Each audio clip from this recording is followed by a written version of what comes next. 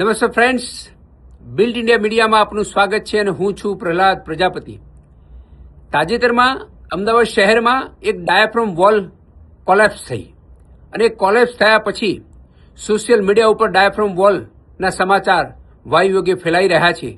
Diaphragm wall નિર્માણ કરવી એક ચેલેન્જ છે, પણ આ જે ડાયાફ્રામ વોલ જે પડી ગઈ એ 23 જુલાઈની રાત્રે પડી ગઈ છે અને ભારે વરસાદ હતો અને પરિણામે પડી ગઈ એવું જે પ્રોજેક્ટના નિર્માણ કરતા છે એમનું કહેવું છે. કોઈપણ ડાયાફ્રામ વોલ જ્યારે પણ નિર્માણ કરતા હોઈએ ત્યારે એના જે નેશનલ બિલ્ડિંગ કોડ હોય છે એનું ચોક્કસ એનો અમલ થયો છે કે નહીં થયો એ પણ એક જોવાની વસ્તુ છે. હવે અહીં સરકાર, તંત્ર એમને પણ આનો એક તપાસનો વિષય બને છે અને રિયલ એસ્ટેટ અને ઇન્ફ્રાસ્ટ્રક્ચર્સ ઉપર એક મોટો સવાલ કરે છે. આ ઘટના એ અનેક વસ્તુ શીખવે છે આપને. હવે અહીંયા સરકારે શું કરવું જોઈએ?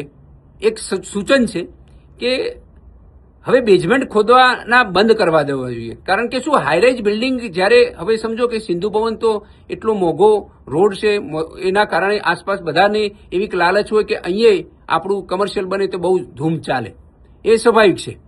એટલે હવે એક્ઝિસ્ટિંગ બિલ્ડિંગ હોય ત્યારે એના કેટલું બેઝમેન્ટ ખોદવું એ પણ સરકારની એક ગાઈડલાઈન આપવી જરૂરી છે. કારણ કે હવે સિંધુ ભવન રોડની આસપાસ તો હાઈરાઇઝ બિલ્ડિંગો બનશે તો સિંધુ ભવન રોડ જે છે એટલી જ જમીન રહેશે, બાકીના તો બધા જ બેઝમેન્ટ થશે. એટલે આ પણ ખૂબ જ એક વિચારવા જેવી બાબત છે. અને હાઈરાઇઝ બિલ્ડિંગની પોલિસી અંતર્ગત અનેક બિલ્ડિંગો નિર્માણ પામી રહ્યા છે.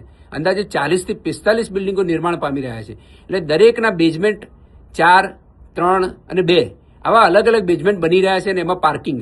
હવે પાર્કિંગ તો ઘણા ડેવલપરો અનેક સમયથી પ્રયાસ કરી રહ્યા છે કે ભાઈ પોડિયમ આપો અને આપવું જરૂરી લાગી રહ્યું છે. કારણ કે જો પોડિયમ આપવામાં આવે તો આ જે ઘટના ઘટી છે એ ઘટના ન બને. આવું સરકાર કંઈક કરે તો ચોક્કસ આપણે રિયલ એસ્ટેટમાં એક રિફોર્મ કરી શકશું.